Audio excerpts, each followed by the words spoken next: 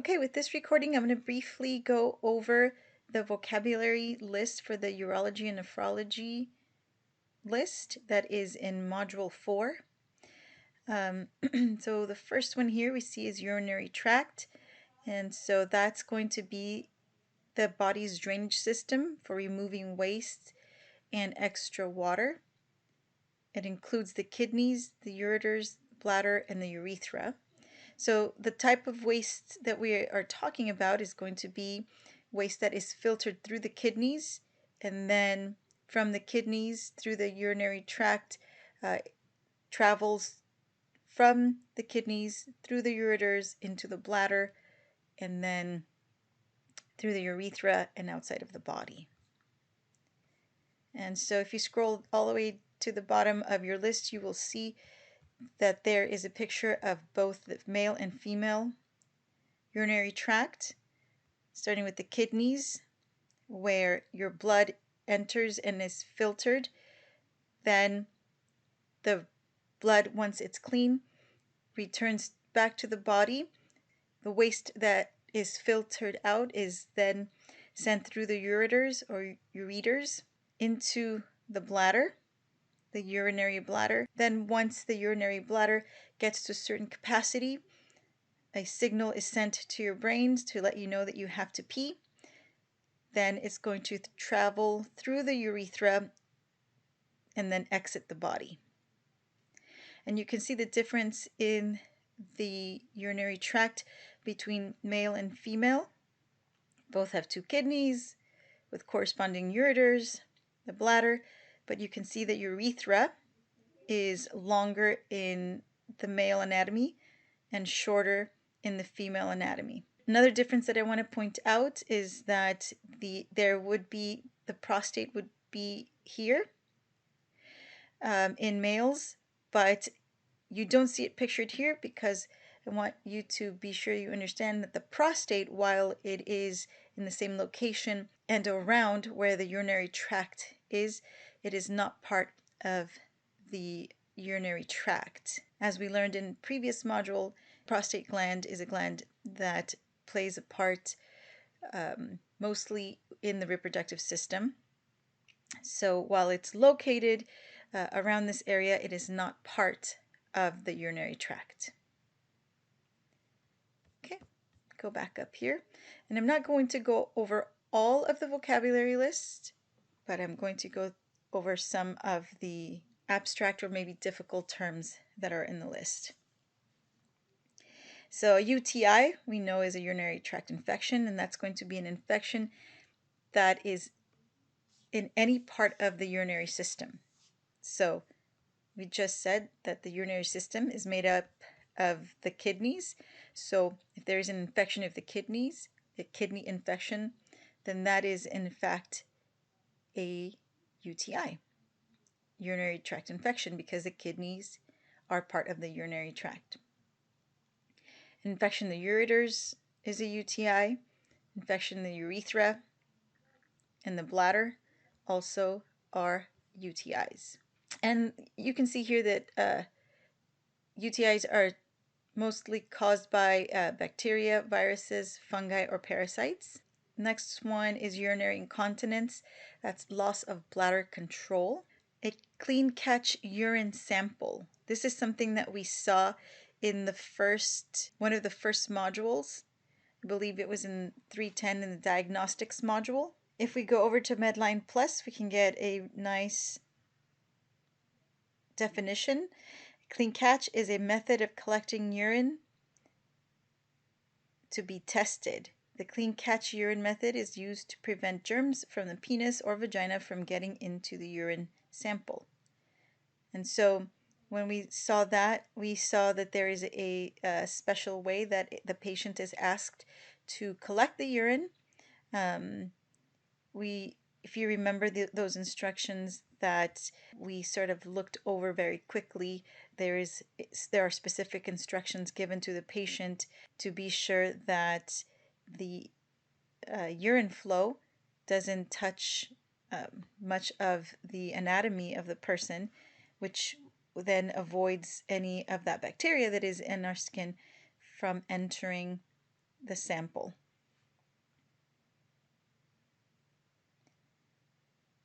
All right.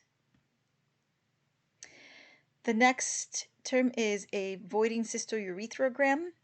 This is an X-ray image of the bladder and the urethra that is taken while the bladder is full and during urination. So these are images that are taken in order to see what is happening with the anatomy and the physiology of the person while their bladder is full and then as it is emptying. So as the person is urinating. For the VCUG, I'm going to ask you to watch a video. There's going to be a video in the module that you can click on, so you can learn a little bit more about a VCUG and what happens during a voiding cystourethrogram. And so when you watch it, you'll see terminology like butterfly legs, which I'm going to ask you to notice in the video and see what it is, so that you can figure out how you would explain what is meant by butterfly legs, but it's much easier if you see it. So when you watch the video, keep an eye out for the part where the young lady who is having the test talks about making butterfly legs. Okay, I'm going to skip on over to fatigue. And fatigue, here you can see the definition is tiredness and weakness following a period of prolonged physical or mental activity. And then lethargy, it's sometimes confused with fatigue. Lethargy, however, you can see here that it is characterized by extreme sleepiness, but also a desire to do nothing and lack of enthusiasm. So there's the difference here with fatigue. It means that you're tired and you're weak. With lethargy, you're also tired. It can be sleepiness as well, tired as in sleepy, but it also comes with a lack of desire and enthusiasm. Okay, STI and STD. STI is sexually transmitted infection. STD, sexually transmitted disease. And these are diseases that are going to generally be acquired by sexual contact that can pass either through the blood, semen, or vaginal or other bodily fluids. They can also be transmitted from mother to infant during pregnancy or during childbirth. Okay, the next term we're going to take a look at is sores. And another term for sores is ulcer. And just want to make sure that we understand the difference between feeling sore and a sore. So an ulcer. So this sores are basically areas of damaged skin or tissue. There are different types of sores, as you can see here. I have a picture of a canker sore. See that? It's basically an ulcer that is on the tongue. Over here we have a cold sore. Cold sores are also sometimes called fever blisters. Those are pretty common. They are caused by a viral infection. They're usually tiny fluid-filled blisters that show up around the lips, around the mouth there, as you can see it here in the picture. It's usually a bunch of little blisters grouped together in like a patch. And then you can see here that after they break, there's a scab that forms, and that's what lasts several days. Usually cold sores heal in about 2 to 3 weeks without leaving a scar. And there are medications such as Abreva that you can put on the actual sore to help it heal quicker. And then here in the middle, we have a picture of a bed sore. And so another term for bed sore is pressure ulcer. Those are going to be, again, areas of damaged skin and tissue. These are usually due to sustained pressure. So someone who's been lying in a bed in the same position, you'll see them get bed sores. Usually to avoid that, They have people who come and help patients turn to different positions so that they are able to relieve the pressure from a specific area if the patient is bedridden. You also see these in folks who are on wheelchairs. This one you see here, it's right above the buttock here in the lower back. And these happen because with that pressure comes reduced blood circulation, which then makes that tissue vulnerable to that damage to the skin and the tissue around it. Discharge, we can use it as a noun and we can also use it as a verb. When the term discharge is used as a verb, it can mean to emit, to flow, or to secrete. And then when it's used as a noun, it's going to refer to that thing that is being emitted, the thing that is flowing or that is being secreted. One example of discharge is vaginal discharge. Vaginal discharge is normal. Most women and girls get it. It's a fluid or mucus that keeps the vagina clean and moist. So the vagina discharges this fluid or mucus that is then referred to as discharge. And the purpose of it is to keep the vagina clean and moist and to protect it from infection. Some patients will have questions about it, and so they are told that there is a way to check if the discharge is normal, and vaginal discharge is normal if it doesn't have a strong or unpleasant smell, if it's clear or white, if it's thick and sticky, or slippery and wet. Those are all normal types of discharge. When there might be an issue is if the discharge has a fishy smell, is thick and white, but it looks like cottage cheese, so it's thicker than usual. If it's green, yellow, or frothy, so foamy.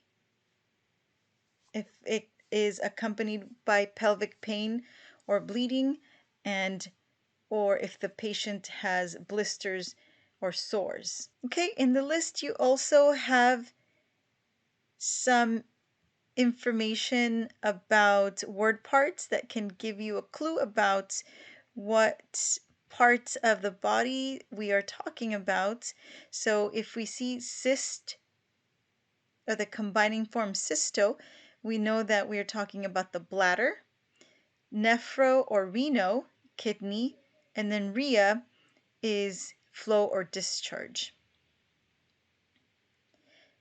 Regia is rapid flow or blood, or this is like excessive bleeding, for example.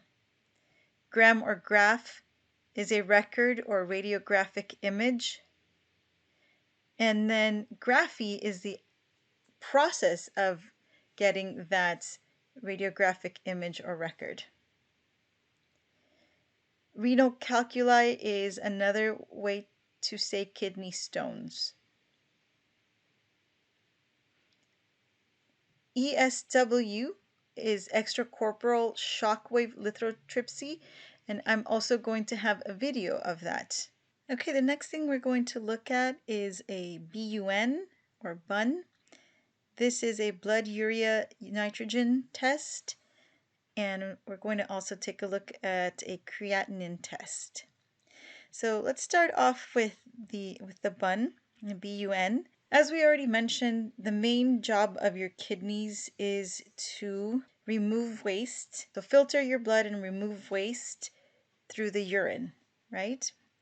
Also, we get rid of extra fluid from the body. If someone has kidney disease, their kidneys are not doing that job well enough, and the waste material can start building up in the body, building up in the blood.